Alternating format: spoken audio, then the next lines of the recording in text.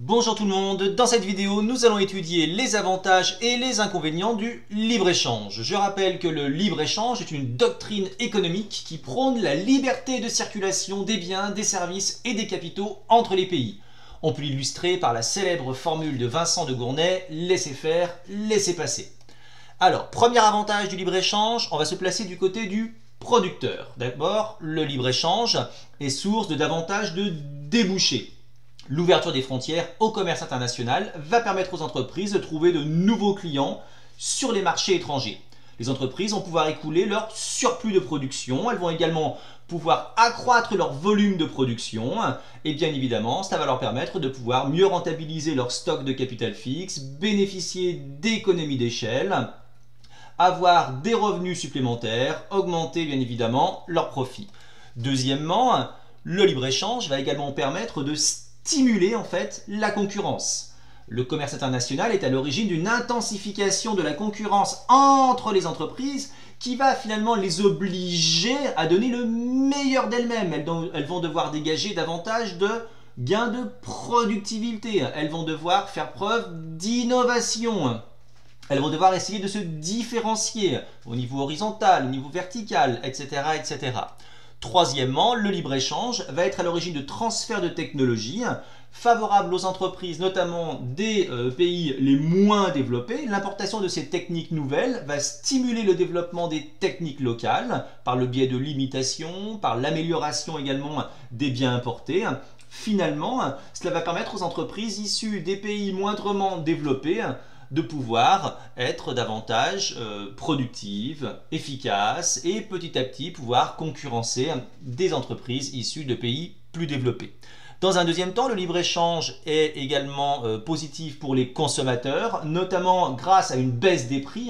L'importation de produits moins chers et l'augmentation de la concurrence vont tirer les prix à la baisse, ce qui va augmenter le pouvoir d'achat des consommateurs, donc la demande. Les consommateurs vont pouvoir en fait soit accroître la quantité consommée d'un bien donné, soit transférer leur pouvoir d'achat vers d'autres biens, ce qui va finalement contribuer à stimuler la production dans d'autres secteurs. De plus, le libre-échange va permettre donc l'obtention d'une diversité des produits qui sera favorable aux consommateurs. On a une diversité des produits qui a une double dimension, à la fois au niveau interbranche et au niveau intrabranche.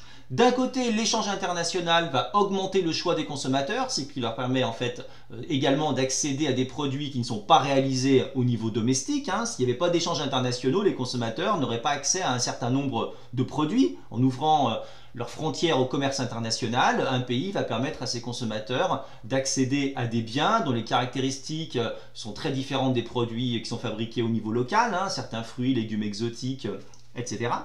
D'un autre côté, l'échange international accroît également le choix des consommateurs pour un produit donné. Par exemple, le consommateur français a le choix entre des automobiles françaises et des automobiles allemandes.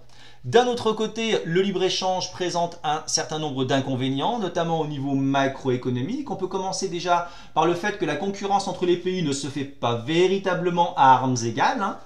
Ce que pensaient les économistes classiques et néoclassiques, en fait, c'est un petit peu à revoir dans les faits. Par exemple, au niveau des entreprises, on sait pertinemment que les entreprises des pays riches bénéficient d'une avance technologique, je crois aux théories de Posner et Vernon, et qu'elles possèdent un avantage comparatif qui va finalement obliger les pays moindrement développés à mettre en place des mesures protectionnistes s'ils veulent protéger leur industrie. De plus, on observe également des termes de l'échange qui ne sont pas favorables aux pays en développement. En l'occurrence, dans le cas présent, on sait très bien que les pays développés sont spécialisés dans des produits à forte valeur ajoutée et ils vont exporter de préférence des biens dont les prix ont tendance à stagner, voire même à progresser, alors qu'à contrario, de nombreux pays en développement sont spécialisés dans l'exportation de produits primaires ou de denrées agricoles dont les prix connaissent de très fortes variations, sont quelquefois manipulés en fait sur les marchés internationaux et dépendent des conditions météorologiques. Enfin, le libre-échange génère une perte d'autonomie des politiques économiques parce que finalement, les dirigeants, les gouvernements doivent tenir compte de ce qui se passe dans le reste du monde pour mettre en place leur politique au niveau national. Et pour terminer, le libre-échange a des conséquences négatives au niveau microéconomique À savoir que le libre-échange va surtout favoriser les pays producteurs de biens qui sont demandés au niveau international. Je vous renvoie à la théorie des valeurs internationales et du partage des gains analysé par John Stuart Mill. En fait, toutes les spécialisations ne se valent pas. À savoir que si par exemple des entreprises décident de se spécialiser dans des activités à rendement croissant, comme les activités industrielles, cela leur sera beaucoup plus profitable que si elles décidaient de se spécialiser dans des activités à rendement décroissant, par exemple dans des activités d'ordre agricole. Enfin, on observe une désindustrialisation et un chômage, notamment dans les pays développés, à savoir que la concurrence des pays à bas salaire est source de chômage et de précarité dans les pays développés, notamment pour les travailleurs les moins qualifiés qui ont des tâches routinières, répétitives et qui peuvent être donc finalement remplacés par des travailleurs issus de pays en développement, de pays en fait émergents.